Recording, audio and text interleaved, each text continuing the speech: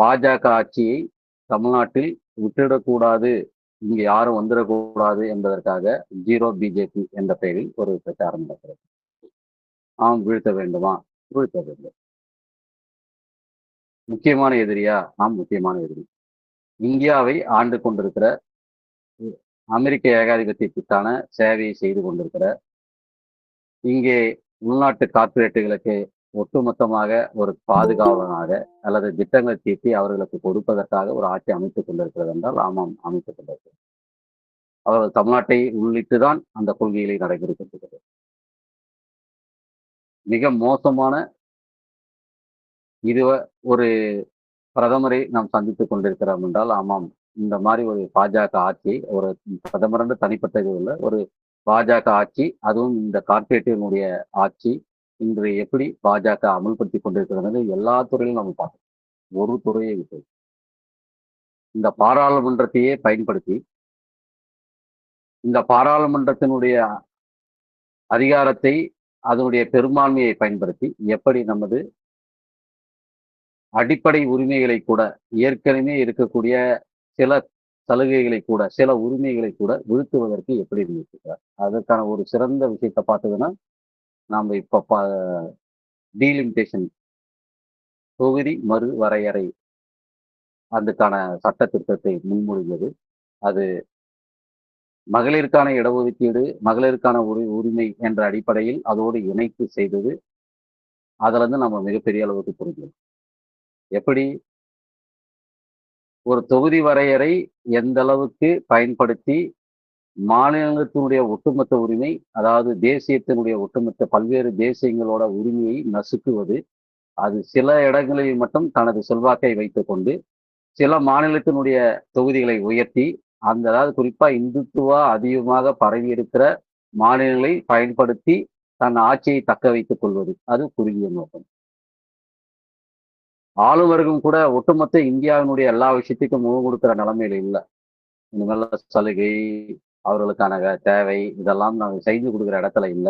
அதெல்லாம் கை கழுவுனா நாளைக்கு மிகப்பெரிய எதிர்ப்பு வரும். அப்பயும் ஆட்சி நடத்தணும்.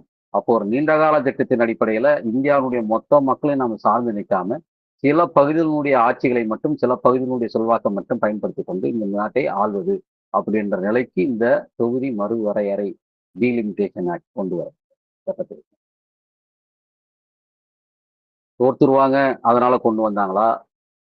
இல்ல எப்படியாவது இவர்களை யாராவது நம்ம எல்லாத்துலயுமே மிரட்டி பணிய வச்சிருக்கிறோம். அதை வச்சு ஏதாவது ஜெயிச்சிட முடியுமா? அதாவது குறைஞ்சபட்சம் இதை நிலைக்குழுக்கு அனுப்புறதுக்கு முயற்சி எடுத்து நிலைக்குழுக்கு அனுப்பிட்டோம்னா, அதுக்கப்புறம் சமயம் பார்த்து நிறைவேற்றிடலாம் அப்படின்னு எதனால எதிர்பார்த்தாங்களா? இப்படி பல விஷயங்கள் விவாதிக்கப்படும். எது எப்படி இருந்தாலும் அவருடைய நோக்கம், ஆளும் வர்க்கத்தினுடைய நோக்கம், இனி ஒட்டுமொத்த இந்தியாவினுடைய நலன்களை பாதுகாக்க முடியாது, மக்களுடைய நலன்களை நாம் நிறைவேற்ற முடியாது என்ற இடத்துக்கு வந்துட்டாங்க.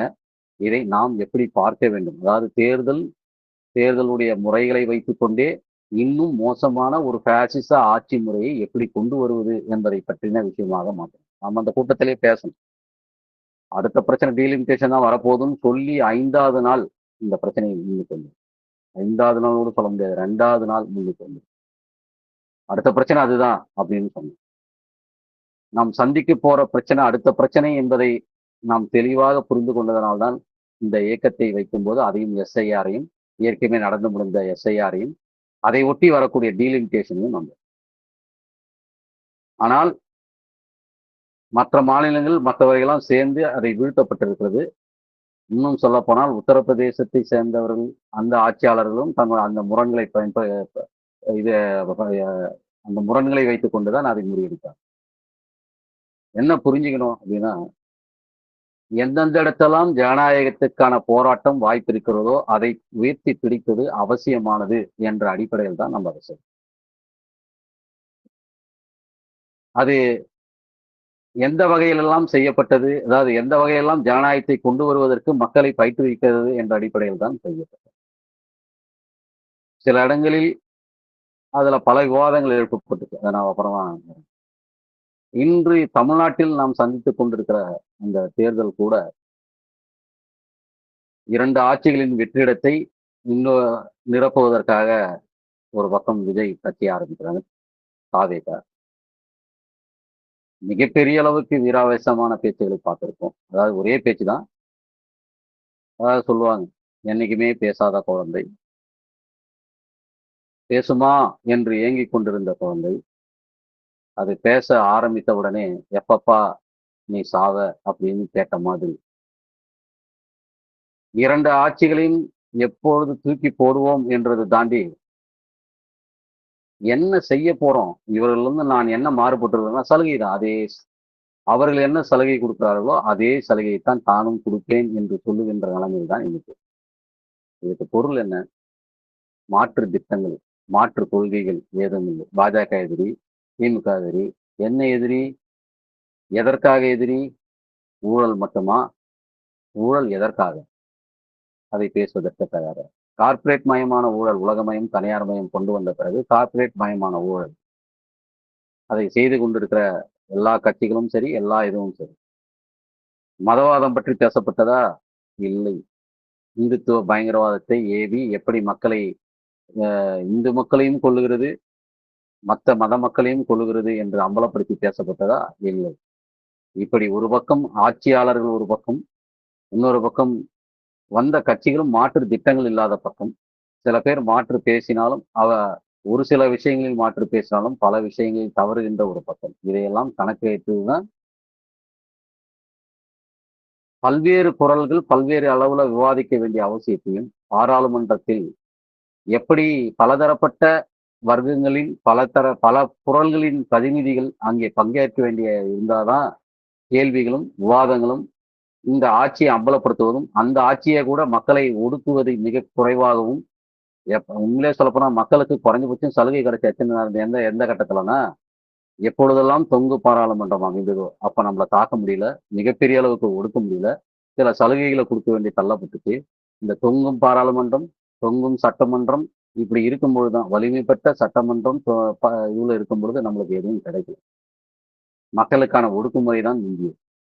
ஏன்னா இவர்களுக்கு எல்லாமே ஒரே விஷயம் தான். மக்களை எப்படி ஒடுக்கி ஒரு ஆட்சி முறையை தேர்ந்தெடுத்து, அதன் மூலமாக ஆளும் வர்க்கத்திற்கு சேவை செய்வது என்ற அடிப்படையில் தான் செய்யும். இந்த நிலையில் தேர்தலை நாம் எப்படி கையாள்வது என்ற குழப்பம் மிகப்பெரிய அளவுக்கு. எப்படியாவது பாஜகவை தோற்கடித்து விட வேண்டும். சரி தோற்கடிக்கணும். வேற எதனா கட்சி? ஆ வேற கட்சிலாம் இருக்கக்கூடாது. அது ஒரு கட்சி தான் இருக்கணும். அது எது? இங்க இருக்கிற ஆளும் வர்க்க கட்சியா இருக்கணும். அல்லது அது அதுக்கு சவால் விடுகின்ற கட்சியாக. என்ன சவாலு? அதிகாரத்தில் சவால். அதிகாரத்தில் சவால். அது மத்திய அரசில் பங்கு கேட்கிறது. இது மாநில அரசில் பங்கு கேட்கிறது. இங்க போட்டி இருக்குதா? இருக்குது. அப்போ என்ன அடிப்படையில் இங்கே இந்த தேர்தலை எதிர்கொள்வது என்ற பிரச்சனையில் பல்வேறு கட்சிகள் பல்வேறு நிலை எடுத்தது. பல்வேறு கூட்டணிகள் அமைக்கப்பட்டது.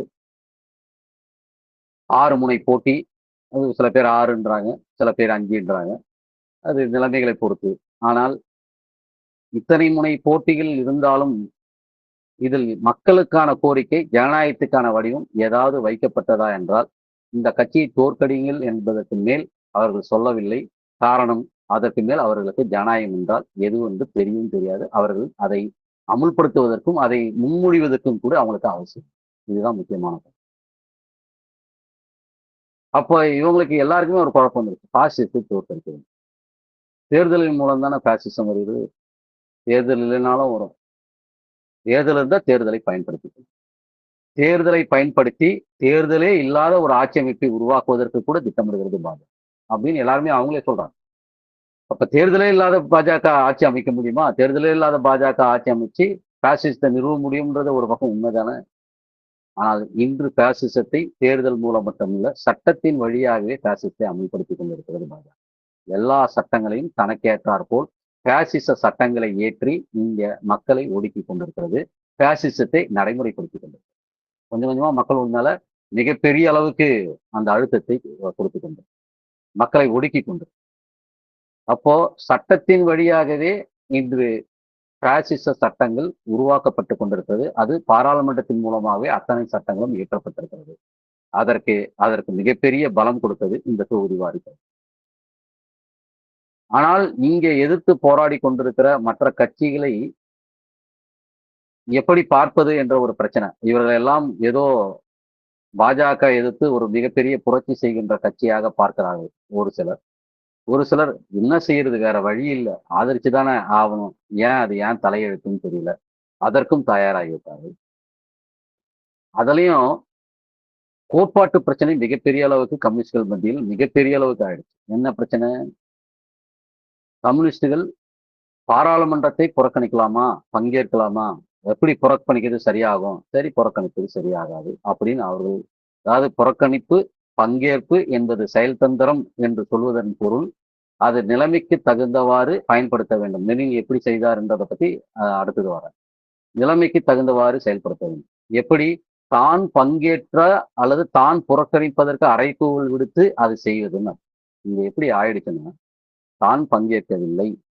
அடுத்தவர்களை ஆதரிப்பது எப்படி? அவர்களே கூப்பிடலாலும், நாம போய் எப்படி அவர்களுக்காக முன்னாடி நின்னு அவங்கள ஜெயிக்க வைன்னு சொல்றது எப்படி? எந்த நிபந்தனையுமற்று, நிபந்தனை இல்லாமல் ஆதரிக்கும் நிலை. நிபந்தனைன்னா என்ன அர்த்தம்? நாம ஏதோ எழுதி பிட் நோட்டீஸ் போட்டு, இதோ பார் நிபந்தனை, இந்த நிபந்தனை நான் ஆதரிக்கிறேன் அப்படின்னு நீங்களே சொல்லுகிறது இல்ல. அந்த நிபந்தனை அவர்கள் ஏற்றார்களா, இல்லையா என்பதை பற்றி கவலைப்படாமல், இதுதான் நிபந்தனையோட ஆதரவு. அதுவும் தான் நிக்கிறது இல்ல. சீட் ஷேரிங் இல்ல. நீங்க ஆதரிக்கிறதுல கூட ஒரு நிபந்தனை ஏற்றுக்கொள்ளப்பட்டதான்னா அதுவும் இல்ல. இந்த ஊர்ல எம்எல்ஏ, எம்பி வரும்போது டிமாண்ட் வைப்பாங்க. நீ இது செய்றியா? நாளைக்கு இது செய்றியா?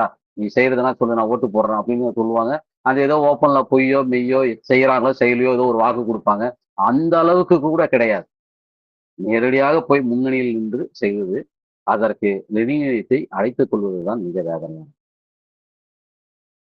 ஏன் லெனின் பாராளுமன்றத்தை பயன்படுத்த வேண்டும், அதில் பங்கேற்க வேண்டும் என்று சொல்லிவிட்டார். சரி, பயன்படுத்த வேண்டும், பங்கேற்க வேண்டும்.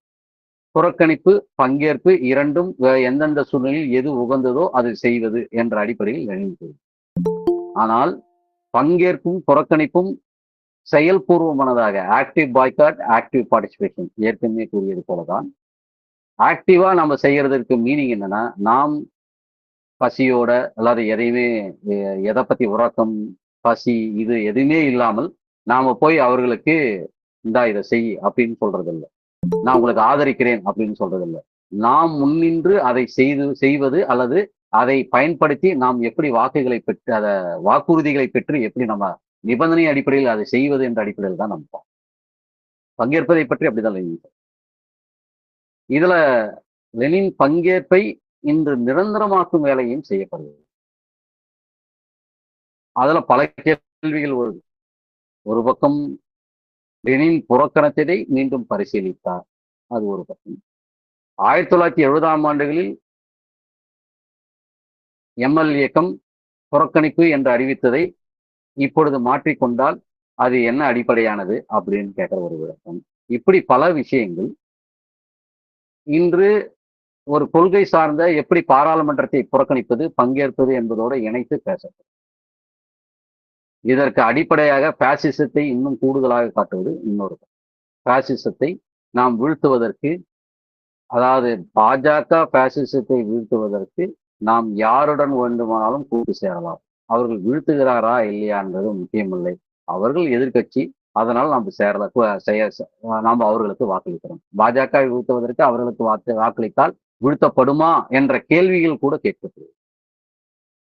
அவங்க பாஜக வீழ்த்துறதுன்றது தமிழ்நாட்டு அளவு, அவங்க இந்திய அளவுல பாசிச வீழ்த்துறதை பத்தி என்னைக்குமே பேசியது. எந்த கட்சி தமிழ்நாட்டில் பாஜகவை புகுந்துடக்கூடாதுன்னு சொல்றாங்க. அதிகபட்சம் போனா காங்கிரஸ் தான் கட்சி தான் ஆளுங்கட்சியா மாற்ற வேண்டும் என்று சொல்லுவார்.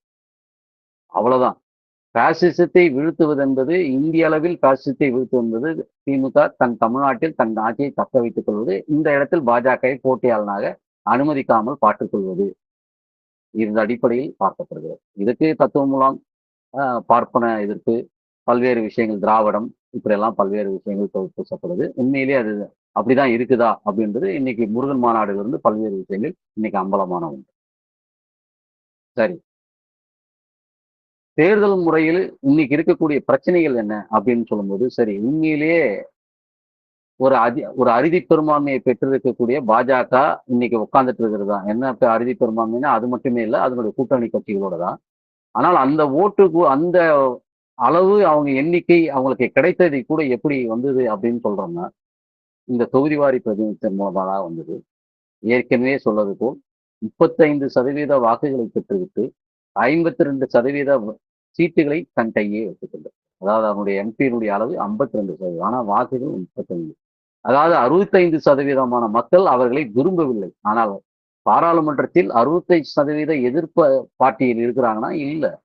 அப்போ இந்த தொகுதிவாரி பிரதிநிதித்துவத்தை ஒழிக்க வேண்டிய கட்டம் இருக்கிறது. அது விகிதாச்சார பிரதிநிதித்துவமாக மாற்ற வேண்டிய அவசியம் இருக்கு. எல்லாத்தையும் வாக்கு கொடுத்துட்டு அவங்க பாட்டுக்கு போயிட்டே இருக்காங்க. ஒரு பக்கம் பாஜகவோட மறைமுக கூட்டு வச்சுக்கிறாங்க, நேர்முக கூட்டு வச்சுக்கிறாங்க. அதிமுக ஜெயிச்சதுன்னா நேர்முக கூட்டு வச்சிருக்கிறாங்க. இப்படி பல வகையில இந்த கட்சிகள் பல வகையா இப்ப பேரம் பேச பொருளாகுது. பல மாநிலங்கள்ல பல வகையா இப்ப சந்திரபாபு நாயுடு எடுத்துக்கொண்டு பல்வேறு கட்சிகள் எடுத்துக்கொண்டாலும் பார்த்தா அவங்க நேரடியாக ஆதரவு கொடுக்குறாங்க, மறைமுகமா ஆதரவு கொடுக்குறவங்களும் இருக்கிறாங்க. இப்ப இவரெல்லாம் போய் சேர்ந்து ஏதாவது ஒரு வகையில இது வலுப்படுத்தி கொண்டுதான் இருக்கிறாங்க. அப்போ நான் பாஜகவை வீழ்த்துவதற்கு உனக்கு வாக்களித்தால் நீ அவரோட கூட்டு வைத்துக் கொண்டு வேலை பார்த்து கொண்டிருக்கிறாய், உன்னை கீழே இறக்குவதற்கு நான் தயாரா இருக்கிறேன்னு ஒரு ரீகால் இதுதான் கேட்டா அதாவது தப்பு செய்தவர்களை தனக்கு கொடுத்த வாக்குறுதிக்கு எதிராக செயல்படுபவர்களை திருப்பி அடைக்கும் உரிமை நமக்கு இருக்கிறதா என்றால் நிச்சயமாக இல்லை என்பதை தான் அன்றைய தேர்தல் முறையில் நாம் வைத்து ஒரு ஜனநாயக முறையை அடுத்த கட்டத்திற்கு போவதற்கான ஜனநாயக முறையை நாம் பேசணும். அதே போல் பொது வாக்கெடுப்பு முறையை குறித்தும் பேசணும். ஏன் இந்த தேர்தல் விஷயங்கள் எல்லாம் தேர்தல் சீர்திருத்த முறைகளை ஏன் பேசுகிறோம் என்றால் இங்கே பல்வேறு வர்க்கத்தினுடைய பிரதிநிதிகள் பாராளுமன்றத்தில் பங்கேற்கும் பொழுது அதை தன்னுடைய பாசிச ஆட்சியை விரிவுபடுத்தி சட்டங்களின் மூலமாகவே அதாவது தன்னுடைய அதிக பெரும்பான்மை இந்த தொகுதி வாரி பிரதிநிதித்துவம் மூலமாக பெற்ற மிக மோசமான பெரும்பான்மை, அதாவது 35% வாக்குச்சீட்ட மிகப்பெரிய பெரும்பான்மையை வைத்துக் கொண்டு சட்டங்களை இயற்றுவதை தடுப்பதற்கும் கட்டுப்படுத்துவதற்கும் மக்கள் மீதான தாக்குதலை அதை மட்டுப்படுத்துவதற்கும் அவசியமாகும். உடனே இது சீர்திருத்தம், இந்த சீர்திருத்தம் சரியா அப்படின்ற ஒரு கேள்வி இருக்கு. தேர்தலில் சீர்திருத்தம் நாம் கோரலாமா அப்படி என்ற செய்தி. லெனின் தேர்தல் சீர்திருத்தத்தை கோரினாரா அப்படி என்று இதுவரை வரலாற்றில் இல்லை. இது மிக மோசமான ஒரு வலது போக்கு அப்படி என்ற விமர்சனம் வைக்கப்பட்டது. இதில் ஒவ்வொன்றாக இப்ப லெனின் பாசிச ஆட்சியை கட்டுப்படுத்துவதற்கு இந்த வழிமுறைகளை செய்கிறோம். அது கட்டுப்படுத்துற விஷயம் தான். கட்டுப்படுத்துறது அதோட சேர்த்த மக்களை திரட்டுகின்ற வடிவத்தோடு சேர்ந்து சம்பந்தம். நம்ம இந்த கொள்கை வச்சுட்டதுனால எல்லாம் வந்துடாது. ஆனால் இதை செயல்படுத்துவதற்கான வாய்ப்புகள் இருக்கும் பொழுது அதை கட்டுப்படுத்துவதற்கான பல்வேறு பிரதிநிதிகள் உள்ளே இருக்கும் பொழுது அவ்வளவு சீக்கிரமா பேரம் பேசி படி வச்சிட முடியாது. ரீகாலம் கூட இருக்கும் பொழுது அவர்களை திருப்பி அழைப்புகிற மாதிரி உரிமை மக்களுக்கு வரும் பொழுது அதையும் கட்டுப்படுத்துவதற்கான வாய்ப்புகளை ஏற்படுத்தும். அல்லது அவர்கள் செய்ய மறுத்தால் அதை இந்த ஆட்சி முழுசா செயல்படுத்திடுமா, எல்லாத்தையும் பண்ணிடுமா அப்படின்றத தாண்டி அதை செயல்படுத்துவதற்கான ஆட்சி அமைப்பு முறையை உருவாக்குவதற்கு மக்களை வழிகாட்டுவார். இந்த பாராளுமன்றத்தில் முழுசா செஞ்சிட முடியுமானா வாய்ப்புகள் மிக குறைவுதான். ஆனால் செய்வதற்கான வாய்ப்புகள் இருக்குதா? ஆமா, அதாவது மக்களுடைய எழுச்சி மற்றதெல்லாம் சேர்த்து கணக்கில் எடுக்கும் பொழுது சில நேரங்களில் சில விஷயங்கள் செய்யப்படும். அதை நம்மளுக்கு மேலானதாக நாம் பார்க்கணும். தோழர் பங்கேற்பு புறக்கணிப்பை பத்தி அதனுடைய கோட்பாடுகளை பற்றி பேசியிருக்கிறார். எந்த சூழ்நிலையில், எந்த நேரத்தில், எந்த இது. அதுல சில விஷயங்களை மட்டும் நாம் கொடுத்துட்டு போலாம். 1905 அந்த டூமா புறக்கணிப்பு மிக முக்கியமானது. 1906 வரை, 1905 to 6. ஆனால் 1906 to 7 அந்த காலகட்டம் முழுவதுமே பார்த்தா அப்பயும் புறக்கணிச்சிருக்காங்க. அது எல்லாருமே சொன்னது 2 தடவை புறக்கணிச்சிட்டாங்களா அப்படின்னு அவர் சொல்றாரு. 1905 புறக்கணிக்கப்பட்டதை பொறுத்தவரையில் அது தவறு அல்ல, அது சரியானதுதான் என்று அவர் சொல்றார். நாங்கள் தவறு செய்துதான் நாங்கள் கருதல அப்படின்னு சொல்றார். நான் அதை கோடிட்டு காட்டணும்னு நினைக்கிறேன்.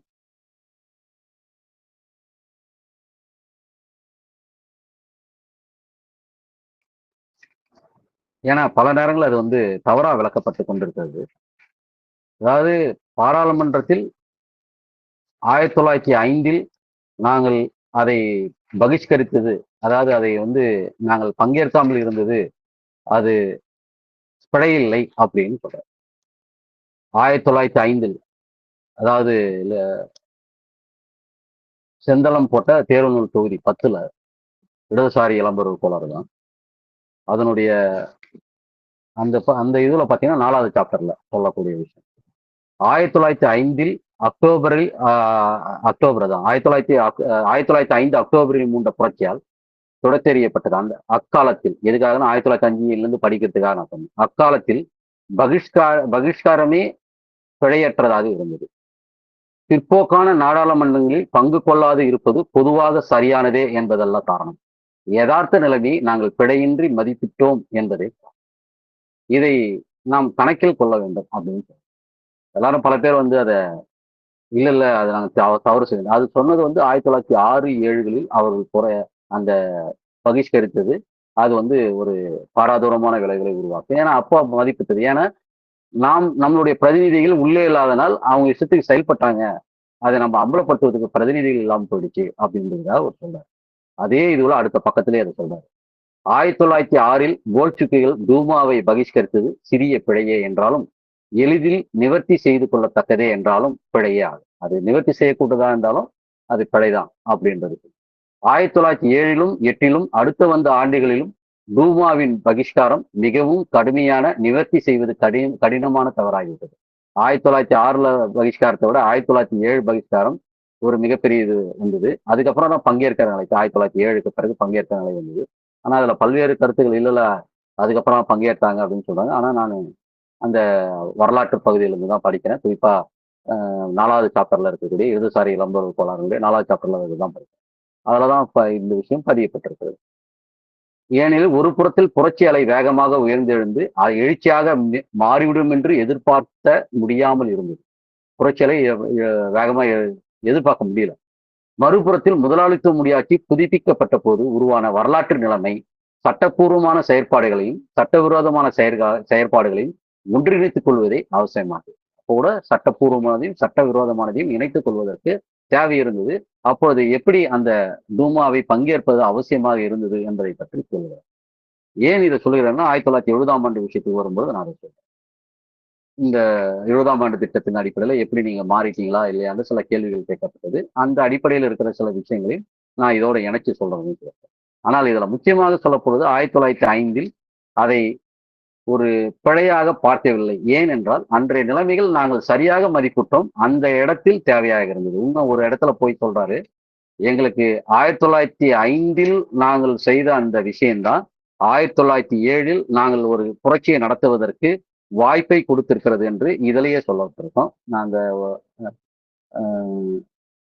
அது சரியா சொல்ல போனா அது நான் எந்த இடத்துல நான் என்னால் உடனடியாக எடுக்க முடியல. ஆனா அந்த இதே செய்தியில தான் நீங்க அதை வரிசையா படிச்சீங்கன்னாவே தெரியும்.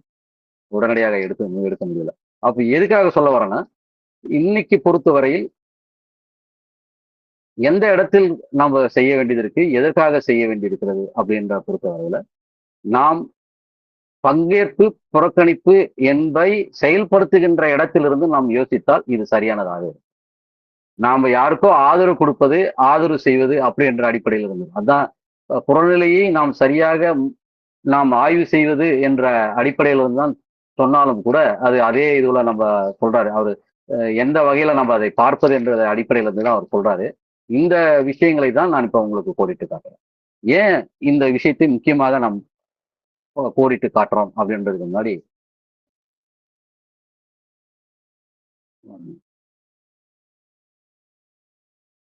எப்பொழுதெல்லாம் நமக்கு வந்து ஒரு நிச்சயமான தன்மை இல்லையோ, நம் புரட்சியை அல்லது மக்களுடைய எழுச்சியை அடுத்த கட்டத்திற்கு இதை தூக்கி எறிகின்ற கட்டத்திற்கு நாம் கொண்டு போக முடியவில்லையோ, அப்பெல்லாம் நாம் அதை பயன்படுத்துவது அவசியமாகும் என்று சொல்கிறார்.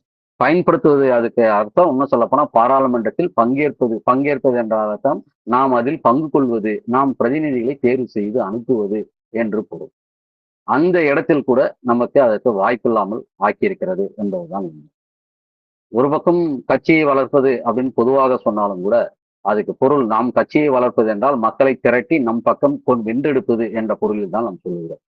அப்போ கட்சியை வளர்த்தெடுப்பது என்பது தனித்தல்ல, அது மக்களை திரட்டுவதன் மூலமாகத்தான் சாதிக்க முடியும். நம் தலைமையின் கீழ் இந்த மக்களை திரட்டுகின்ற தகுதியை பெறும்பொழுது நாம் எப்படி பங்கேற்பதா புறக்கணிப்பதா என்பதை பற்றி குறிப்பாக நாம் சொல்ல முடியும் என்று கருதுகிறோம். அதுல இப்போ 2வது விஷயத்துக்கு நான் அப்போ தேர்தல் பங்கேற்பு புறக்கணிப்பு என்பது எல்லா விஷயத்திலும் ஒரே விஷயங்கள் அல்ல, புறநிலையில் யதார்த்தத்தில் இருந்து நாம் மதிப்பிடுகிறோம். அதை பங்கேற்கக்கூடிய சக்தி அகநிலையில் இருந்து நாம் அதை எப்படி கட்சி பங்கேற்கிறதா புறக்கணிக்கிறதா ரெண்டுமே நம்மளுடைய பிரதிநிதிகளை எடுத்து அம்பலப்படுத்துவது என்ற அடிப்படையில் நாம் செய்திருக்கிறோமா என்பதை பொறுத்து அதில் இருக்கிறது. அரசியல் நிர்ணய சபைக்கான தேர்தல் நடந்திருக்கிறது. அதிலும் பங்கேற்றிருக்கிறார்கள். பங்கேற்று அதில் தனக்கான விஷயத்தை செல்வாக்கு செலுத்தியிருக்கிறார்கள். மக்கள் மத்தியிலே அம்பலப்படுத்தியிருக்கிறார்கள். இன்னும் சொல்ல போனா ஏப்ரல் பிறகு 1917 ஏப்ரலுக்கு பிறகு திரும்ப பெறும் உரிமைக்காக கூட வைத்து போராட இருக்கிறார்கள். அது வந்து சோவியத் ஆட்சியில தான் அடைய போறோம் அப்படின்றது இருந்தில்ல. ஏப்ரலுக்கு அப்புறமா திரும்ப பெறுவதற்கான கோரிக்கைகளை வைத்து கூட தேர்தலை அரசியல் சபைக்கான தேர்தல்களை அவர்கள் வந்து எதிர்கொண்டிருக்கிறார்கள் என்பதையும் இங்கே நான் கூடுதலாக பதிவு வேண்டும். இதுல அப்ப ஒரு கேள்வி எழுது, தேர்தல் சீர்திருத்தத்துக்காக அது சீர்திருத்தம் சொல்ல முடியுமா? சீர்திருத்தம் சொல்ல முடியாது. ஒவ்வொரு கட்டத்துல ஒரு மாதிரி. அது முதலாளித்துவ கோரிக்கையாக இருக்கும்போது நாம் சீர்திருத்தம் என்று சொல்கிறோம். அது சோசியலிச கொள்கைக்காக நம்ம எதிர்பொழுது அது மாற்றத்தை புரட்சி என்றுகிறோம், அல்லது உரிமை என்று கூறுகிறோம், மக்களுடைய உரிமை என்று கூறுகிறோம். இங்க சீர்திருத்தத்தை நாம் எப்படி மதிப்பிடுவதோடு சேர்த்து, அப்ப தேர்தல் சீர்திருத்தம் லெனின் செய்திருக்கிறாரா, லெனின் அதை பற்றி வைத்திருக்கிறாரா என்று கேட்டால், இரண்டாம் அகிலத்தினுடைய அந்த இதுவை வந்து நம்ம கணக்கில் எடுத்துக்கணும். குறிப்பாக ரஷ்ய ஜனநாயக கட்சி, ரஷ்ய சமூக ஜனநாயக கட்சி, இரண்டாவது காங்கிரஸ், தொழிலாளர் கட்சியினுடைய இரண்டாவது காங்கிரஸ், அதனுடைய 16வது மற்றும் 21வது அதனுடைய அமர்வு, இந்த இதுல வந்து எது சம்பந்தமா விவாதிக்கப்பட்டிருக்கிறது என்றால், தேர்தலில் அனைவருக்குமான வாக்குரிமை அப்படி என்ற கோரிக்கை வைக்கப்பட்டு, அப்பொழுது மிக முக்கியமான விஷயமாக பேசப்பட்டு வைக்கப்பட்டு போராடி இருக்கிறது.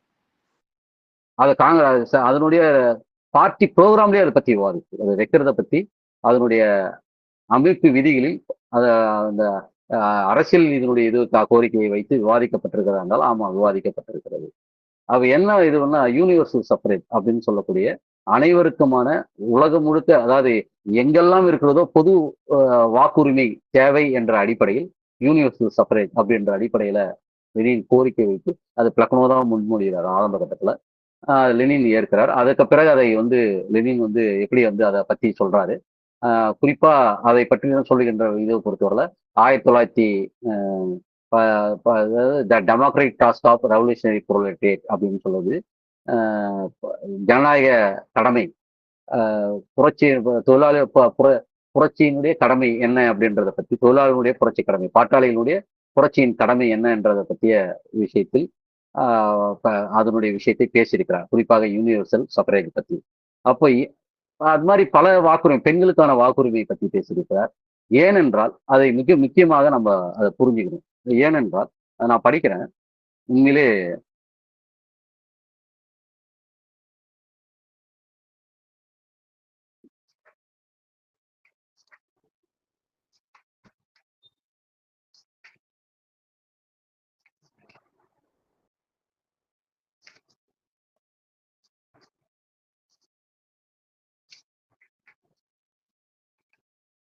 அந்த குறிப்பிட்ட பகுதியை நம்ம ஏன் படிக்க வேண்டியது இருக்குதுன்னா, லெனின் வார்த்தையிலே நான் சொல்லணுன்றதுக்கு தான் அதை நான் உண்மையிலே குறிப்பிட்டேன். எப்படி ஒரு ஜனநாயகத்தை பார்ப்பது என்பதை பற்றின ஒரு மதிப்பீட்டுக்காக இந்த இடத்தை நான் படிக்கிறேன். இதுவும் இளம்பருவ கோளாறு என்னோட நூல் வந்து தான் படிக்கிறேன். தொகுதி 10 தேர்வு நூல் அவருடைய தொகுதி 10ல அதே நம்மளுடைய இடதுசாரி இளம்பருவ கோளாறுடைய 3வது சாப்டர்னுடைய கடைசி பகுதிகளை படிக்கிறேன். அதுல கடைசி பேரா இன்னும் சரியா சொல்லணும். குறிப்பிட்ட இக்கட்டத்தின் தொடக்கத்தில் நாங்கள் அரசாங்கத்தை வீழ்த்தும்படி அறைகூவல் விடுக்கவில்லை. முதலில் சோவியத்துகளின் அமைப்பையும் மனநிலையையும் மாற்றாமல் அரசாங்கத்தை வீழ்த்த முடியாதென விலக்கி வந்தோம். முதலாளித்துவ நாடாளுமன்றமான அரசியல் நிர்ணய சபையை பகிஷ்கரும்படி நாங்கள் அறைகூவல் விடுக்கவில்லை. அதற்கு பதில் எங்கள் கட்சி ஏப்ரல் 1917 ஏப்ரல் தீசிஸ் தான், ஏப்ரல் மாநாட்டை தொடர்ந்து கட்சியின் பெயரிலேயே அதிகாரப்பூர்வமாய் இதை கூற முற்பட்டோம். அரசியல் நிர்ணய சபையை கொண்ட முதலாளித்துவ குடியரசானது அரசியல் நிர்ணய சபை இல்லாத முதலாளித்துவ குடியரசை காட்டிலும் சிறந்ததாய் இருக்கும் என்றும், ஆனால் தொழிலாளர்கள் விவசாயிகளது குடியரசானது, அதாவது ஒரு சோவியத் குடியரசானது எந்த முதலாளித்துவ ஜனநாயக நாடாளுமன்ற குடியரசை காட்டிலும் சிறப்பாய் இருக்கும் என்று கூறினார். இப்ப 2 விஷயத்த சொல்றாங்க. முதலாளித்துவத்தினுடைய அதிகபட்ச ஜனநாயகத்தை கோருவதற்கான விஷயத்தை கோருவதும், ஏன்னா அதோட பிற்போக்கானது மற்றது, அப்படியே பிற்போக்கை இருப்பது என்று அனுமதிப்பது என்பது லெனின் எந்த காலத்திலும் அப்படி மக்களுக்கு கற்றுத்தர முடியாது. பிற்போக்கு தான் நம்ம கடைசியா புரட்சி நடத்தி எல்லாத்தையும் முடிக்கிற வரையில நாம் எதையும் செய்யக்கூடாது, அது அப்படி அப்படியே இருக்கட்டும் அப்படின்னு நினைக்கிறது இல்ல.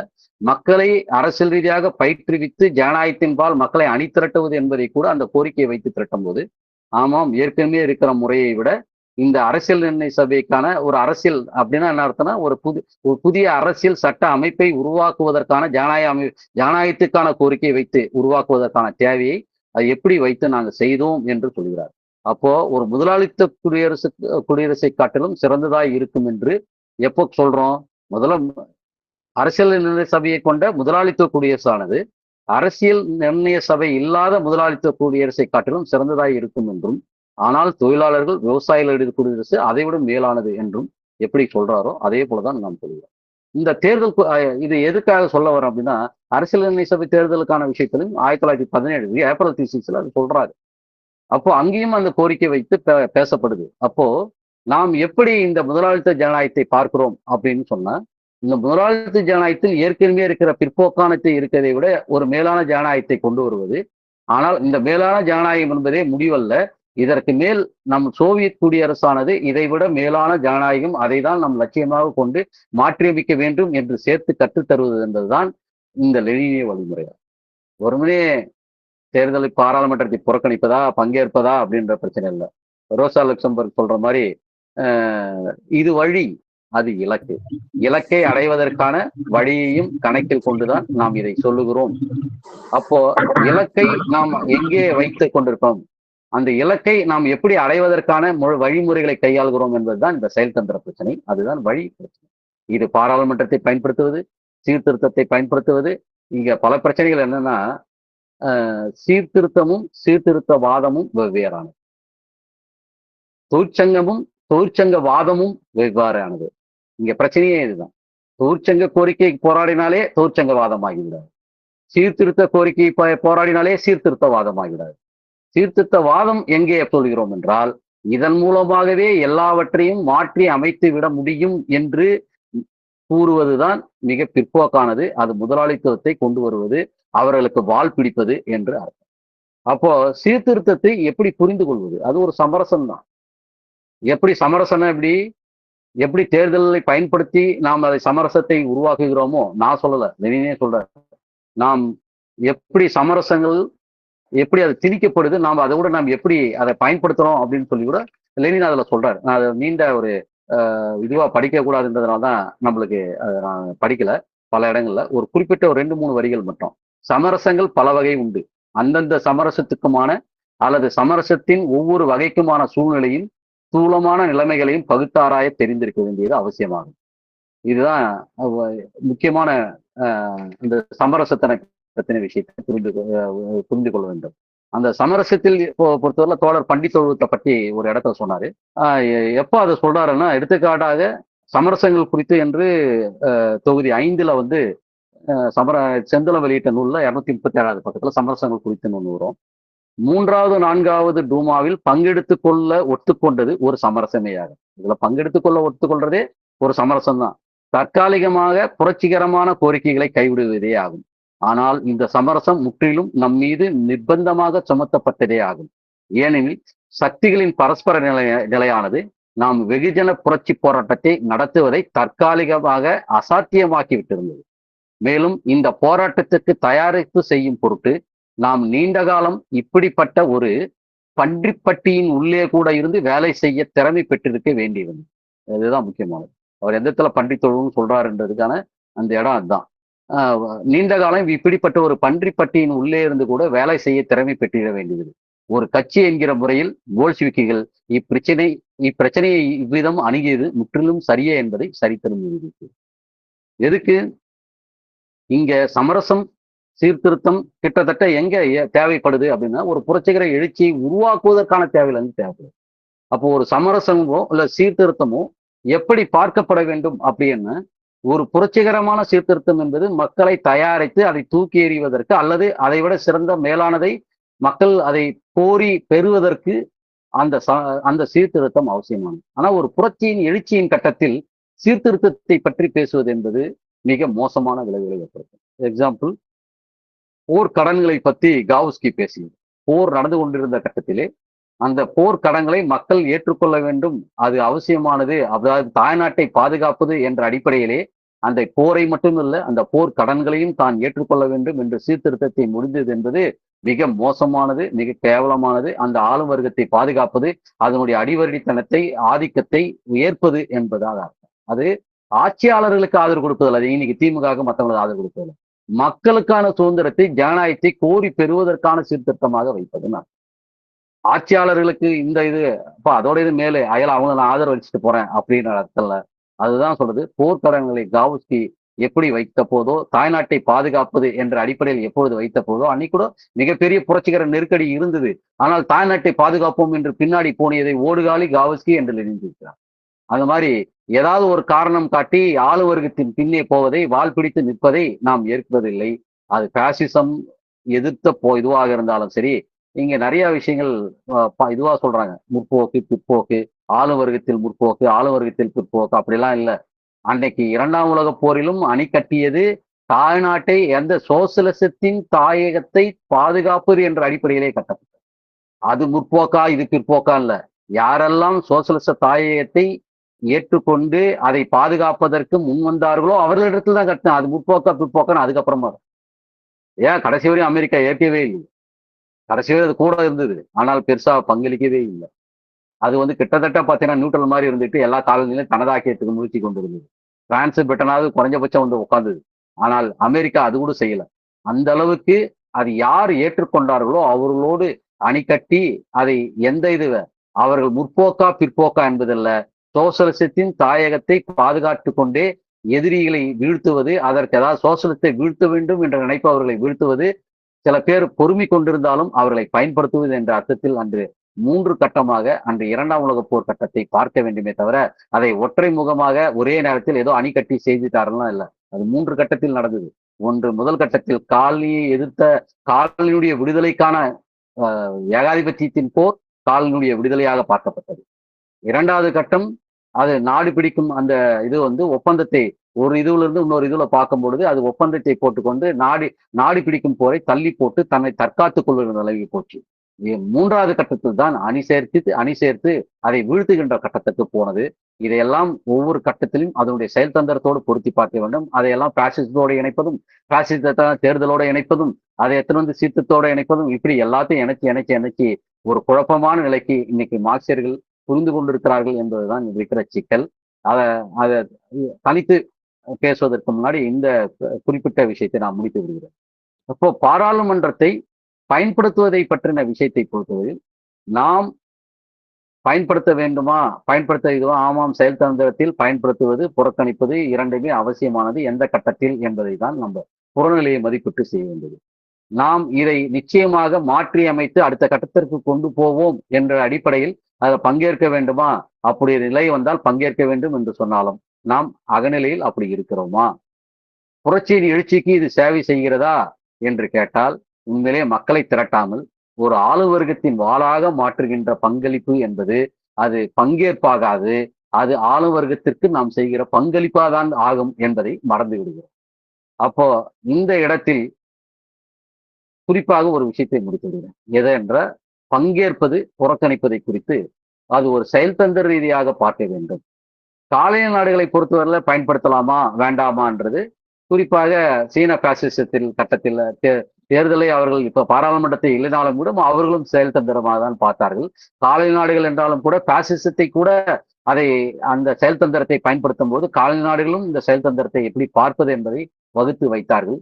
எப்படி தரகு முதலாளித்துவ கட்சி கூட எப்படி பாசிசத்திற்கு நிதி மூலதன ஆதாயத்திற்கு சேவை செய்கிறது, இங்க இருக்கிற நிலப்பரப்புத்துவ சக்திகளை எப்படி அதனுடைய பங்குதாரராக அல்லது தன்னுடைய துணை ஆதிக்க சக்தியாக அது சேர்த்துக் கொள்வது, பங்கு சக்தியாக சேர்த்துக் கொள்கிறது, எப்படி அதை தன்னை அழைத்துக் கொள்கிறது பிற்போக்கு சக்திகளை என்பதை பற்றி சீன பாசிசம் தெளிவாக வரையறுத்திருக்கிறது.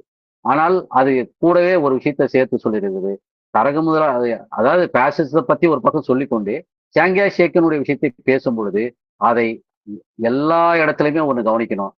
தனது ஆட்சி அதிகாரத்தை பயன்படுத்தி கட்டுப்படுத்துகின்ற ஒரு இடத்தில்தான் கம்யூனிஸ்ட் கட்சி அதை பயன்படுத்துது. அல்லது ஒரு புரட்சியின் எழுச்சியில் அதாவது நிபந்தனை விதிக்க கூடுன்றத பலம் பெற்றிருந்த இடத்தில்தான் அதை பயன்படுத்தி இருக்கிறது. மற்ற இடத்துல அந்த அமைப்பை பயன்படுத்தி இருக்கிறது. சட்ட ரீதியான வாய்ப்புகளை பயன்படுத்தி தன்னுடைய பிரச்சாரத்தை மக்கள் மத்தியில் கொண்டு சென்று அதை எப்படி மோசமானது என்பதை வீழ்த்துவதற்கு வாய்ப்பாக பயன்படுத்தி இருக்கிறதே தவிர அதை காப்பாற்றுவதற்கும் ஆளுவர்க்கத்தின் இன்னொரு பகுதியை காப்பாற்றுவதற்கும் அது எந்த இடத்திலும் எப்பொழுதும் முயற்சிக்கவில்லை.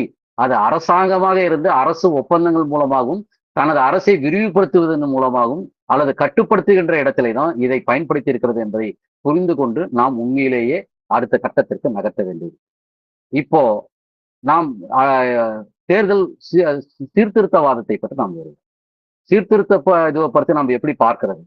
சீர்திருத்தவாதம் பொறுத்தவரையில நாம் ஏற்கனவே சொல்லியது போல் சீர்திருத்தத்தை பற்றி பல விஷயங்கள் இருந்தாலும் கூட அதை 2 வகையாக பார்க்கப்பட வேண்டும் என்பதை அதை நாம் பேசும்பொழுதே நம்ம புரிந்து கொள்ள முடியும். குறிப்பாக சீர்திருத்தம் என்பது அதாவது புரட்சிக்கு சேவை செய்யக்கூடிய சீர்திருத்தங்களும் புரட்சிக்கு தடைப்படுத்துகின்ற சீர்திருத்தங்களும் இருக்கிறது. நாம் கோயில் நுழைவு போராட்டத்தை அல்லது தீண்டாமை எதிர்த்து சாதி ஒடுக்குமுறையை எதிர்த்து நாம் சாதி ஒழிப்பதற்கு முன்பே பல சீர்திருத்தங்களை நாம் அந்த சீர்திருத்தங்களை வைத்து போராடி இருக்கோம். இது சீர்திருத்தமா? ஆமாம், சீர்திருத்தம் தான். தீண்டாமை ஒழித்து கலப்பமான பண்பாட்டு நிலையில் இருக்கக்கூடிய சாதி ஒழிப்பு திருமணங்கள் குறித்து இது எல்லாமே ஒரு சீர்திருத்த கோரிக்கை தான். அது புரட்சியை ஒழிக்கிற கோரிக்கை அல்ல. அதாவது சாதி ஒழிப்பை குறிக்கிற கோரிக்கை அல்ல, அது ஒரு புரட்சிகரமான கோரிக்கை அப்படின்னு சொல்ற முடியுமான்னு கேட்டா புரட்சிக்கு சேவை செய்கின்ற ஒரு சீர்திருத்த கோரிக்கை என்ற அடிப்படையிலே சாதி சீர்திருத்தம் உட்பட பல இடங்களில் நம்மளுடைய இது ஆணவ படுகொலையை எதிர்த்து போராடுகிறோம், கோயில் நுழைவு போராட்டத்தை சொல்கிறோம், தீண்டாமையை எதிர்த்த போராட்டங்களை சொல்கிறோம். இப்படி பல வழிகளில் நாம் சீர்திருத்தத்தை நாம் வைத்துக் கொண்டிருக்கிறோமா என்ற கேட்டால் நிச்சயமாக நாம் வைத்துக் கொண்டிருக்கிறோம். அதுதான் சொல்றாங்க.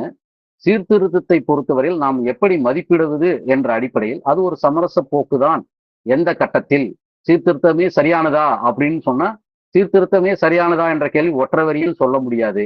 அது நிலைமைகளில் எந்த இடத்தில் எப்பொழுது பலவீனமாக இருக்கும் கட்டத்தில் மக்களை திரட்டுவதற்கு அடுத்த கட்டத்திற்கு கொண்டு போவதற்கு அந்த சீர்திருத்தம் உதவுமானால் அது அவசியமானது என்ற அடிப்படையில் தான் நான் ஏற்கனவே அந்த விஷயத்தை படித்து காமிச்சது போல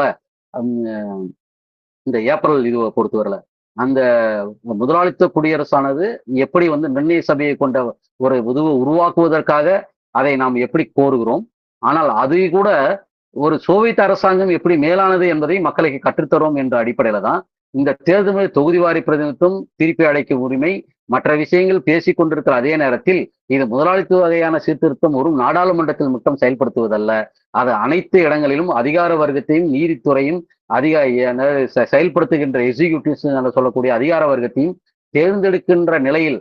ஏன் சீனாவில் டாக்டர் படிக்கிறதுக்கு கூட போய் தேர்ந்தெடுத்து அமைச்சாங்க. கிராமங்கள்ல யார் மக்களுக்கு சேவை செய்வார்களோ அந்த டாக்டர் தகுதி இருந்தாலும் கூட அவர்கள் சேவை செய்வர்கள் யாரோ அவர்களை தேர்வு செய்து அனுப்பிய காலமெல்லாம் உண்டு. அதை நம்ம சீன வரலாறு எல்லாம் பார்ப்போம். அந்த அளவுக்கு கிராமங்கள் யாரையெல்லாம் அது எல்லாவற்றிலும் அந்த தேர்வு முறை மக்களுக்கு சேவை செய்யக்கூடிய அர்ப்பணிக்கக்கூடியவர்களை எப்படி இந்த முக்கியமான விஷயங்களுக்கு பிரதிநிதித்துவம் கொடுத்து அவர்களை அனுப்புகிறார்கள், எப்படி அது முதன்மைப்படுத்துகிறார்கள் என்பதை நாம் பார்க்க வேண்டும். எதுக்காக சொல்றேன்னா சீர்திருத்தத்தை ஏற்பதும் சீர்திருத்தவாதத்தை எதிர்ப்பதும் அவசியமானது என்ற அர்த்தத்தில் தான் நாம் கூறுகிறோம். ஏன்னா இந்த அளவுக்கு நம்ம குழப்பமான நிலைக்கு நாம் ஏன் வந்திருக்கிறோம்? தேர்தல் சீர்திருத்தத்தையே பத்தி பேசலாமா, அதெல்லாம் செய்யலாமா, உண்மையிலே ரீகால் இருக்குதா? இந்த கேள்விகள்லாம் மிக முக்கியமான கேள்விகள் தான். ரீகால் இருக்குதான்னு கேட்டா இருக்குது. இன்னும் சரியா சொல்லப்போனா கம்பேரிட்டிவா அப்படின்னு சொல்ல போனா ரீகால் பொறுத்தவரையில பகுதி அளவுல இருக்குது. சில இடங்கள்ல சுவிட்சர்லாந்த பாத்தீங்கன்னா சில மாநிலங்கள்ல இருக்குது, ஜப்பான்ல உள்ளாட்சி மட்டத்துல இருக்குது, அமெரிக்காவில் சில மாநிலங்கள்ல இருக்குது, வெனிசுலா இதெல்லாம் பாத்தீங்கன்னா வெனிசுலா லத்தீன் அமெரிக்கா நாடுகள்ல தேசிய மட்டத்துல இந்த சில நேரங்களில் கொடுக்கப்பட்டது. அது நிபந்தனையோட தான், அப்படியே அதெல்லாம் கொடுத்ததுன்னு சொல்ல முடியாது. ஆனா அதனாலலாம் எல்லாம் மாறிடுச்சா அப்படின்னு கேட்டா அது ஒன்னே மாத்திருது இல்லை. உண்மையிலே சொல்ல போனா ஒவ்வொரு ஜனநாயகத்தின் படிநிலைக்கும் நாம் இதை விட மேலானது என்று கோருகிறோம். இந்த மாதிரி ஜனநாயக முறைகளை இப்ப தொகுதிவாரி பிரதிநிதித்துவத்துக்கு நாம் மிகப்பெரிய அளவுக்கு இந்தியா முழுக்க கொந்தளிச்சது. ஆளுவர்க்கத்துக்கே அது பிரச்சனையா மாறிச்சு. அது தேசியத்தை ஒழித்து கட்டுகிறது, மையப்படுத்துகிறது, மக்களுடைய அனைத்து குறைகளையும் நசுக்கிறது. தொகுதிவாரி பிரதிநிதித்துவம் பெரும்பான்மையான 65% வாக்குகளை செல்லாத வாக்குகளா மாற்றுது. ஏன்னா ஜெயிச்சது 35%, மீதி ஜெயிக்காதது 65%. 65 வாக்குகள்ல ஜெயிச்சவங்க எல்லாம் கூட்டி கடிச்சு பார்த்தாங்கன்னா எப்படி பார்த்தாலும் அதுல பாராளுமன்றத்துல பிரதிநிதிகள் தேர்ந்தெடுக்கப்பட்ட பிறகு கூட 20% வரையில் இருக்கிற வாக்குகள் செல்லாத வாக்குகளாக மாற்றப்பட்டிருக்கிறது. ஒவ்வொரு தொகுதியிலும் ஓட்டு கணக்கெடுப்புகளை பார்த்தீங்கன்னா 35% வாக்குகள் செல்லாத வாக்குகளாக அவருடைய பிரதிநிதிகள் யாரும் பங்கேற்காத வாக்குகளாக இருக்கிறது தான் இன்னைக்கு மிகப்பெரிய ஒரு பாசிச ஒடுக்குமுறைக்கான ஒரு வாய்ப்புகளை உருவாக்குகிறது. அதை மட்டுப்படுத்துவதற்கு கூட இன்னும் மேலான ஜனநாயகத்தை மக்கள் மத்தியில் கொண்டு வந்து இதற்காக போராட துணிவதற்காக எப்படி அன்னைக்கு வந்து அனைவருக்குமான வாக்குரிமை வைத்து லெனின் போராடினாரோ, பெண்களுக்கான வாக்குரிமைக்காக எப்படி போராடினாரோ, எப்படி ஏப்ரல் இதுல பொறுத்தவரை ரீகாலுக்காக போராடினாரோ, அரசியல் நிர்ணய சபையில் எப்படி பங்கேற்று அவர்களை கட்டுப்படுத்துவதற்காக அது மேலான ஜனநாயகம் என்று எப்படி போராடினாரோ அந்த அடிப்படையில் இருந்துதான் நாம் கூறுகிறோம்.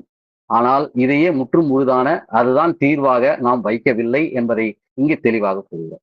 இதுல குறிப்பாக வந்துடுறாங்க என்ன விஷயம், 1970ஆம் ஆண்டுகளில் இந்த விஷயத்தை எப்படி பார்ப்போம். 1970ஆம் ஆண்டுகள்ல 1970ஆம் ஆண்டு சட்டத்தில் புறக்கணிப்பு என்று எப்படி இருந்தது, அந்த புறக்கணிப்பை நீங்கள் எப்படி பார்க்கிறீர்கள் என்ற அடிப்படையில் இந்த கேள்வி வைக்கப்படும். உண்மையிலே இந்த இது கூட நான் பார்த்து சொல்கிறேன்.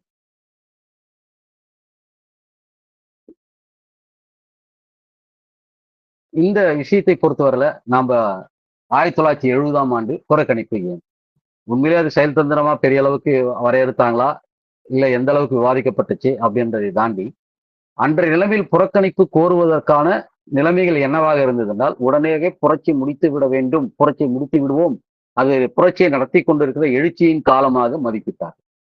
அப்போ தேர்தலில் பங்கேற்று அந்த சமூகத்தை மாற்றிவிட முடியும் என்ற நிலைக்கு போயிருந்தால்தான் சிக்கல். அதுவரை சிபிஐ எல்லாமே என்ன வச்சிருந்தா, தேர்தலில் பங்கேற்று அதன் மூலமாக சோசியலிசத்தை அடைவது என்ற கோரிக்கையை எதிர்த்துதான் இந்த விஷயம் வருது. ஆனால் அதை பாராளுமன்றத்தில் செயல்தந்திரமாக பயன்படுத்துவது என்ற ஒரு செயல்தந்திர அடிப்படையில் புரிதலோடு செஞ்சதா இருந்தால் இல்லை. ஆனால் அதில் செயல்தந்திரம் உள்ளடங்கி இருந்தது. என்னவாக இருந்தால், புரட்சியை நடத்தி முடித்து விடுவோம் என்ற புறநிலை கணிப்பை வைத்துக் கொண்டுதான் அன்று பாராளுமன்றத்தை புறக்கணித்து அந்த ஆட்சி அமைப்பை மாற்றி விடுவோம். அது பரிசீலனைக்குரியதா? ஆமா, அப்படி ஒரு அன்னைக்கு அப்படி ஒரு கணிப்பை செயல்படுத்த முடியாமல் இருந்ததுக்கும், அன்னைக்கு கணிப்பு கூட அப்படி இருந்திருக்கலாம், அதனால கூட புறக்கணிச்சிருக்கலாம். ஆனால் அப்படி செய்ய முடியாமல் இருந்ததுக்கு காரணம் கட்சியினுடைய ஒட்டுமொத்த விஷயங்களை ஒரு முன்னுக்கு செல்வதற்கான வழிமுறைகளை ஏற்படுத்தாதது கூட அதற்கு காரணமா இருக்கலாம். ஆனா அன்னைக்கு புரட்சியை நடத்தி முடித்து விடுவோம் என்ற நம்பிக்கையில் அதை புறக்கணித்ததுதான் அடிப்படை. அதுக்கப்புறம் அந்த ஆண்டுகளை செயல்தந்திரமாக அணுகுவதை செய்யவில்லை, அதை செயல்தந்திரமாக புரிஞ்சு கொண்டு அணுகவில்லை. அன்றைக்கு இருந்த எழுச்சி ஏற்கனவே சிபிஎம் எடுத்திருந்த நிலைப்பாடு, சிபிஐ எடுத்திருந்த நிலைப்பாடு, அது எல்லாமே தேர்தலில் பங்கேற்று சோசலிசத்தை கட்டமைப்பது என்ற பார்வையிலிருந்து அதை முறியடித்து வேறு ஒரு நிலைக்கு போகும்பொழுது அது ஒரு திட்டமிட்ட வகையில் செயல்படுத்தாமல், ஒரு செயல்தந்திரத்தை திட்ட வகையாக செயல்படுத்தாமல் அதை ஒரு தன்னியல்பாக செயல்படுத்தியதனுடைய விளைவு அதுக்கு தொடர்ந்து ஆண்டுகளில் புரட்சியின் எழுச்சியின் ஆண்டுகளாக கிட்டத்தட்ட 10 ஆண்டுகள், அது ஒரு 10 ஆண்டுகளில் புரட்சியை முடித்து விடுவோம் என்றே அறிவித்தார்கள். அந்த அளவுக்கு அது ஒரு எழுச்சியின் கட்டமாக பார்த்ததனுடைய விளைவாக அது செயல்தந்திரம் வகுக்க முடியாத நிலைமைக்கு அது சென்றது. அது ஒட்டுமொத்தத்தினுடைய பின்னடைவோடு சேர்ந்தது. அதனால் தேர்தல் புறக்கணிப்பு ஏதோ திட்டமிட்ட வகையில் என்றோ, தேர்தல் பங்கேற்பு கூடாது, தேர்தல் பங்கேற்பு இருக்கணும் என்றதை பற்றின செயல்தந்திர வகைப்பாடு செயல்படுத்துது என்றோ அன்று கூற முடியாது. அதில் 1970ஆம் ஆண்டு விஷயத்தை பொறுத்தவரையில் அன்றைய சூழ்நிலையிலிருந்து எடுக்கப்பட்ட முடிவுகளை இன்று இன்னும் சரியா சொல்லப்போனா அது வழிமுறைங்க. அந்த வழிமுறையில் மாறுதுன்னா ஆமா செயல்தந்திரம் மாறிக்கொண்டேதான் இருக்கும். அன்னிலிருந்த வழிமுறையில வைத்தது இன்னைக்கு பரிசீலித்தா வேண்டாம் முடிவு பண்ண, ஆமா சரிதான் வேண்டாம் என்று முடிவு பண்ணியிருக்கிறது. எப்போ 1900 அன்னைக்கு இருந்த எழுச்சியின் கட்டம் வேற, அதுக்கப்புறம் அந்த ஆண்டுகளில் அந்த எழுச்சியை பயன்படுத்த முடியாமல் தோல்வி கண்டு அதுக்கப்புறம் அந்த கட்டத்தில் அதை பயன்படுத்தி இருக்கணுமா வேண்டாமா என்றதை பற்றி ஒரு நீண்ட கட்டுரையை, நீண்ட ஆய்வை, கட்டுரைன்னு சொல்றதோடு சரியானதில்லை, ஒரு நீண்ட ஒரு ஆய்வை, ஒரு செயல்தந்திர ரீதியாக வகைப்பட்டது என்ற ஆய்வை தோழர் ஏஎம்கே எழுதி வைத்தார் என்பதை எல்லோரும் ஒற்றுக்கொள்வர்.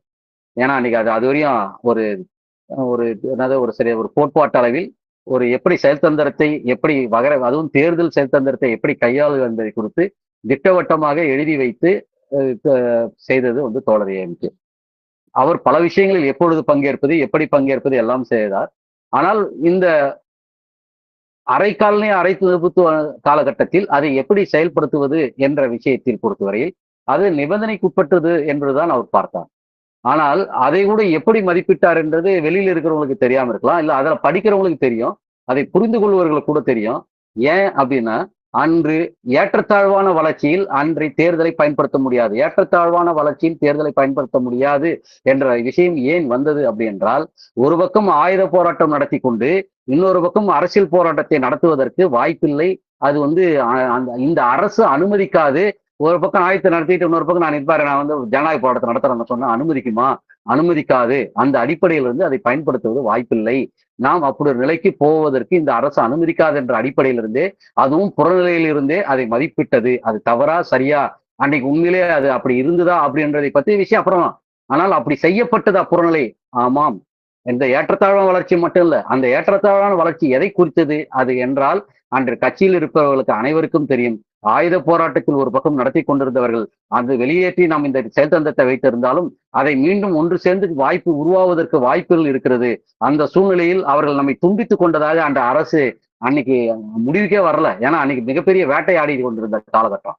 எல்லா எம்.எல்.ஏ.க்களும் வேட்டையாடி கொண்டிருந்தோம். நாம் அழித்தொழிப்பு பாதையை விட்டுக் கொண்டிருந்தோம் என்றதை ப சில பேரு ஏற்றுக்கொண்டாலும் அவர்கள் நம்ம சந்தேக பார்வையாட வேட்டையாடி கொண்டிருந்த பாலன் 1983ல அவர் வேட்டையாடப்பட்ட காலகட்டத்திலிருந்து அதுக்கப்புறம் தொடர்ச்சியான வேட்டை நம்மள மீது அதாவது வேட்டை ஏதாவது என்கவுண்டர் இல்லைனாலும் கூட மிகப்பெரிய ஒடுக்குமுறை அடக்குமுறை இருந்த காலகட்டம், எல்லாரும் கைது செய்கின்ற காலகட்டம், எல்லா கட்சிகளையும் ரகசிய கட்சிகள் ஒழித்து கட்டுகின்ற காலகட்டத்திலே அன்று ஏற்றத்தாழ்வான வளர்ச்சியிலே அது செய்வதற்கான சாத்தியக்கூறு என்ன என்றதை பற்றின புறநிலை மதிப்பீடிலிருந்து அது வைக்கப்பட்டது.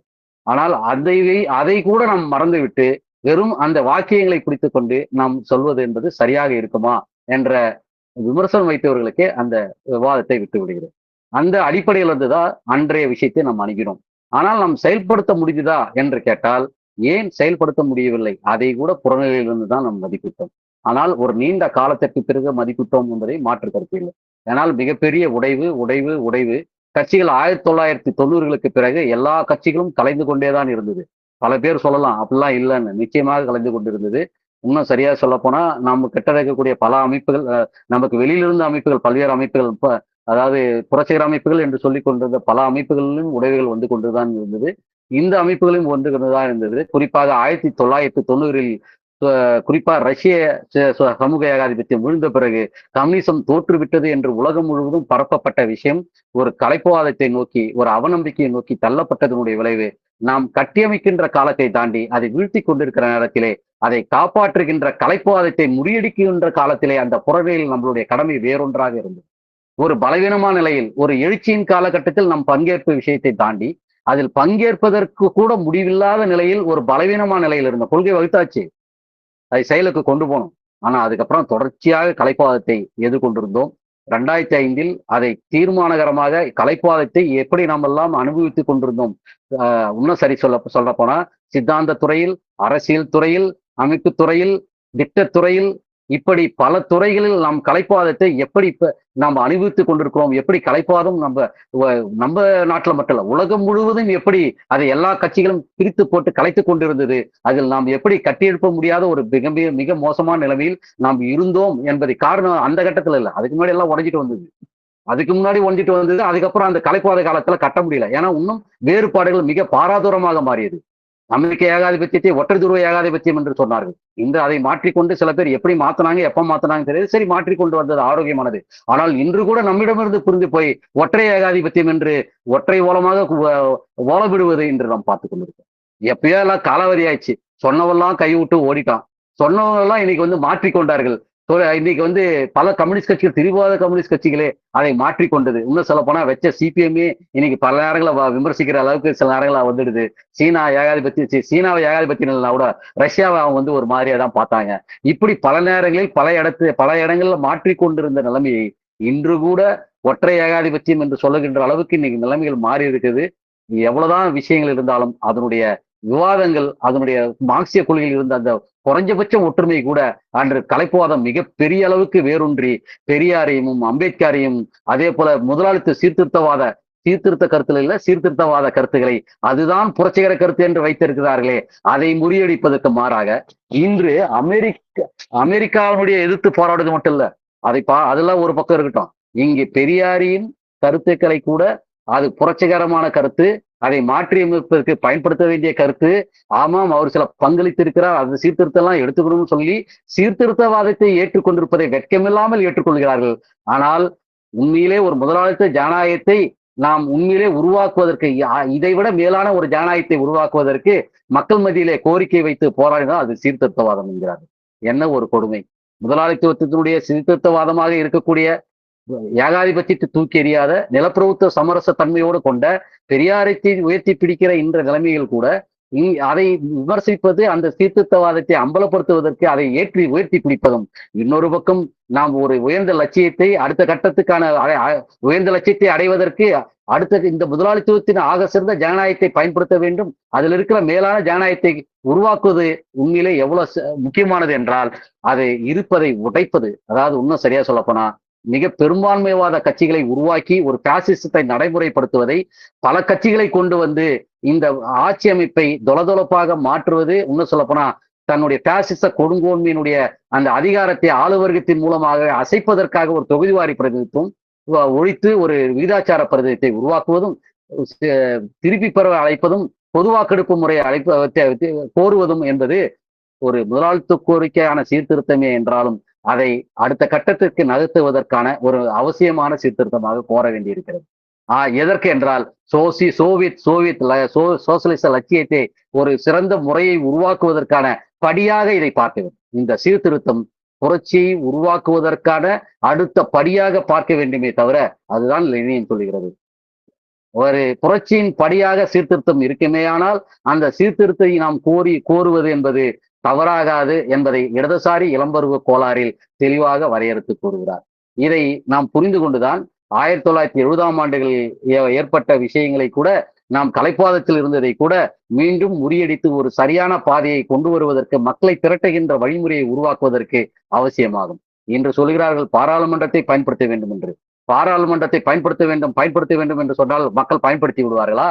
மக்களுக்கு என்ன கோரிக்கையை வைத்து போராடுவது? உண்மையிலேயே சொல்கிறேன், முதல் டூமா ஜார்மனனை எதிர்த்து வைக்கப்பட்ட கோரிக்கை என்ன தெரியுமா? ஜார்மனனை எதிர்த்து கிளந்திடப்பட்ட கோரிக்கை என்ன தெரியுமா? 8 மணி நேர வேலை நேரம். 8 மணி நேர வேலை நேரத்திற்காக அந்த தொழிலாளிகள் மிகப்பெரிய அளவுக்கு கிளந்திருந்த போது, அது ஒரு தொழிற்சங்கத்தின் ஒரு பகுதியினுடைய கோரிக்கை, தொழிலாளர்களுடைய கோரிக்கை, ஒட்டுமொத்த ஆட்சி அமைப்பை தூக்கி எறிவதற்கான கோரிக்கை அல்ல. அது தொழிலாளி வர்க்கத்தின் ஒரு சீர்திருத்த கோரிக்கை, ஒரு தொழிலாளி வர்க்கத்தின் உரிமை கோரிக்கை, அது ஒரு பகுதி. அந்த கோரிக்கையை வைத்து ஜார்மனியை எதிர்த்து கிளந்தெழுதுதான் அடுத்தடுத்த கட்டமாக அது ஒரு தொழிற்சங்க போராட்டம், ஒரு மிகப்பெரிய ஒரு மக்கள் உரிமைக்கான போராட்டமாக கிளந்தெழுந்து, அந்த உரிமைக்கான போராட்டமே முதல் 1905க்கான புரட்சியை உருவாக்கியது. அதே போல்தான் 2ஆம் கட்டத்திலும் அதே போல் நவம்பர் அந்த பிப்ரவரி புரட்சியிலும் கூட பல கோரிக்கைகளை முன்னிறுத்தி தான், அதுல குறிப்பா சொல்லப்போனா பல சீர்திருத்த கோரிக்கைகளும் முன்வைத்துதான் மக்களை கிளந்தெழ செய்து அடுத்த புரட்சிகர கட்டத்திற்கு நகர்த்தினார்கள். ஒவ்வொரு கட்டத்திலும் மக்கள் எந்த கோரிக்கையினுடைய விஷயத்தை எடுத்துக் கொண்டிருக்கிறார்களோ அதை பிடித்து கொண்டு அவர்களை அதை முன்னோக்கி அடுத்த அடியை எடுத்து வைப்பதற்கு பயன்படுத்தி மக்கள் மயமாக்குவது என்பது அவசியமானது. அந்த அடிப்படையில் இந்த தேர்தலை பயன்படுத்துகிறோம் என்று சொல்கிறார்கள், தேர்தல் இல்ல புறக்கணிக்கிறோம் என்று சொல்கிறார்கள். ஆனால் எதற்கு மக்களை எதை சொல்லி தேர்ந்தெடுக்க, எப்படி பங்கேற்க வைக்க போகிறாங்க, எப்படி புறக்கணிக்க வைக்க போறீங்க, என்ன கோரிக்கை வைக்க போறீங்க? உலகமய கொள்கையை எதிர்ப்போம், மற்ற பொருளாதார கோரிக்கை வைக்கிறோம், அரசியல் கோரிக்கை வைக்கிறோம், ரைட்டு.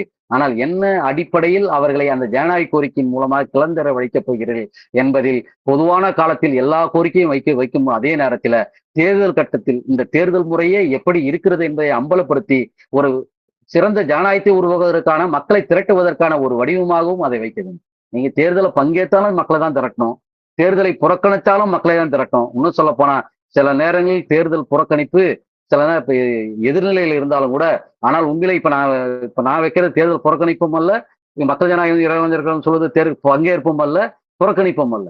ஏனென்றால் இது இரண்டிற்கும் மக்கள் சக்தி வேண்டும். அந்த மக்கள் சக்தியை உருவாக்குவதற்கு, ஏன் கட்சியை கட்டுவதற்கு, மக்களை கிளந்தெழுந்து செய்வது ஒரு புரட்சிகர கோரிக்கையின்பால் திரட்டுவதற்கு கூட மக்கள் வேண்டும். அந்த மக்கள் வேண்டும் என்பதை எதை நோக்கி திரட்டுகிறோம் என்பதுதான் முக்கியம். இந்த உண்மையிலே நாம டீலிமிட்டேஷனும் எஸ்ஐஆரும் முதன்மைப்படுத்தி வைத்தோமானால், உண்மையாகவே நாம் டீலிமிட்டேஷனை மிகப்பெரிய இயக்கமாக தேர்தல் ஆரம்பத்திலே எடுத்திருந்தோமானால், இன்று உண்மையிலே ஆளும் வர்க்கம் பின்னாடி திரண்டிருந்த மக்களை நம்மை நோக்கி திரும்பி பார்த்திருக்கோம். நாம் அந்த வாய்ப்பை தவறிவிட்டோம் என்று சொல்ல வேண்டும். ஏனென்றால் அதை நாம் முன்கூட்டியே நாம் அதை திரட்டதா பல நேரங்களில் கம்யூனிஸ்ட் கட்சிகளுடைய வேலை என்னவா போச்சுன்னா, நடந்து முடிஞ்சவனே அதற்கு மதிப்பீடு எழுதும் ஒரு கட்சியாக மாற்றிவிட்டோம். அதுதான் பிரச்சனை.